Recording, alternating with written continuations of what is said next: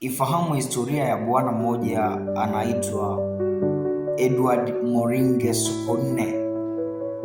Ni jamaa mmoja ambaye alikuwa makini sana, yaani alikuwa ni mpambanaji mmoja mkubwa sana. Alikuwa ni mwanaharakati ambaye harakati zake zilikuja kuzaa matunda ya heshima kubwa sana katika nchi ya Tanzania, kutokana na movement alizofanya kuanzia kwenye ile vita ya Kagera.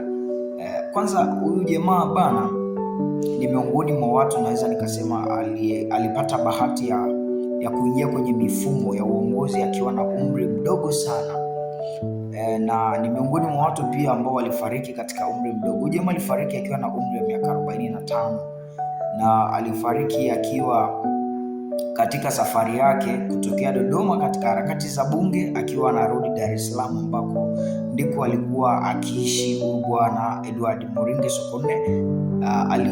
Alifariki kwa ajali ya gari pale Morogoro.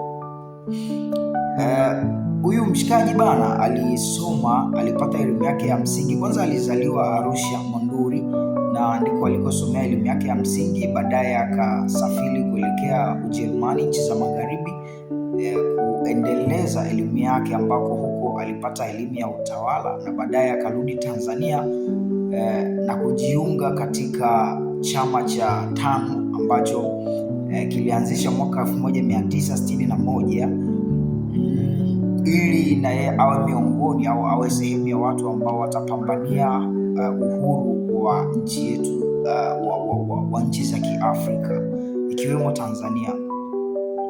Ni jamaa ambaye alivyorudi na akiwa katika harakati hizo za kupambania uhuru wetu, alikuwa ameajiriwa akiwa kama mtendaji wa wilaya ya Wamasai. Kipindi kile Monduli ilikuwa inaitwa wilaya ya Wamasai, na baadaye ikaja ikaitwa wilaya ya Monduli. Kwa jamaa alikuwa ni mtendaji kwanza, kwa sababu alisomea mambo ya utawala, na alikuwa ni kiongozi bora ambaye mwisho wa siku aliiteka Monduli au aliwateka Wamasai, hata wakamwamini, wakaona kwa kipindi kile anafaa kabisa kuwa kiongozi wa jimbo lao. Kwa hiyo jamaa walimchagua, akapata bahati ya kutoka katika ule utendaji. Jamaa akapanda na kuwa mbunge, akawawakilisha wananchi wa jimbo la Monduli.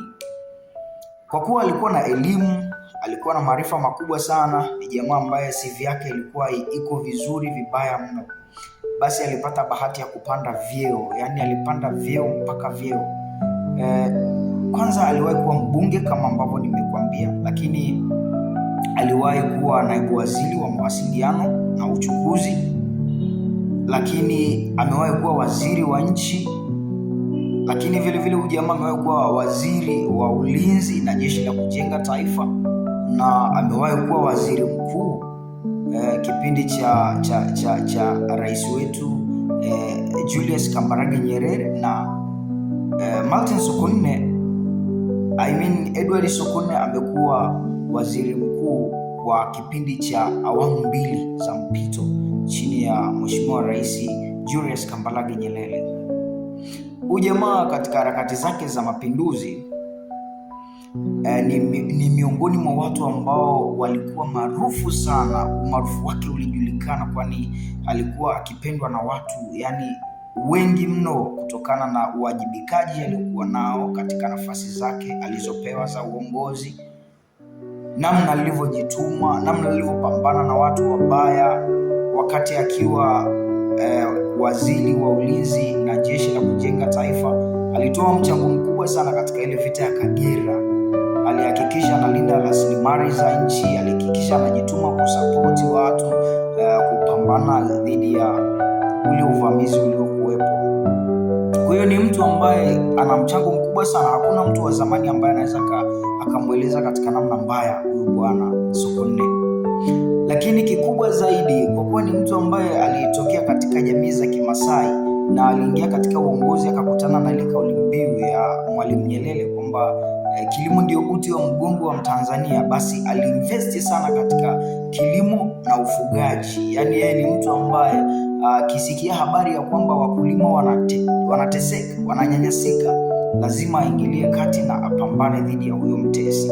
Akisikia wafugaji wanateseka, ni lazima aingilie kati, apambane na huyo mtesi anayetaka kuwanyanyapaa wafugaji.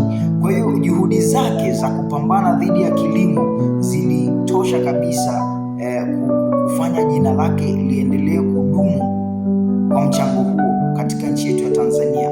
Na alipofariki alifariki siku chache kabla ya kuzinduliwa kwa chuo cha SUA, na alipofariki basi serikali ya Jamhuri ya Muungano wa Tanzania ikaona ni vema kumwenzi kwa mchango mkubwa alionao. Basi hata hiki chuo tunachoenda kukizindua tutakipa jina la Sokoine Agriculture University, Sokoine University of Agriculture, ambacho kiliitwa SUA.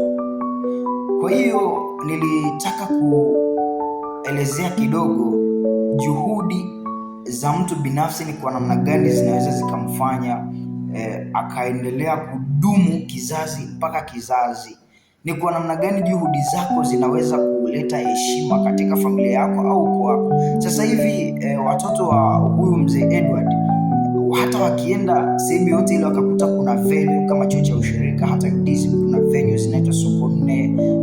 Unaenda apenda kusoma, leo tunasomea venue gani? Sokoine. Huo ni mchango mkubwa ambao aliuacha yule bwana Edward Sokoine. Kwa hiyo nilitamani kushare na wewe story fupi. Kuna mtu anajiuliza kwa nini kile chuo kinaitwa SUA, lakini pia SUA hata chuo kikuu cha ushirika Moshi ilikuwa ni branch ya SUA, kwa sababu kilikuwa kinadili na masuala ya kilimo, kina brainwash mambo ya ushirika katika kilimo, mambo ya ushirika katika akiba na mikopo.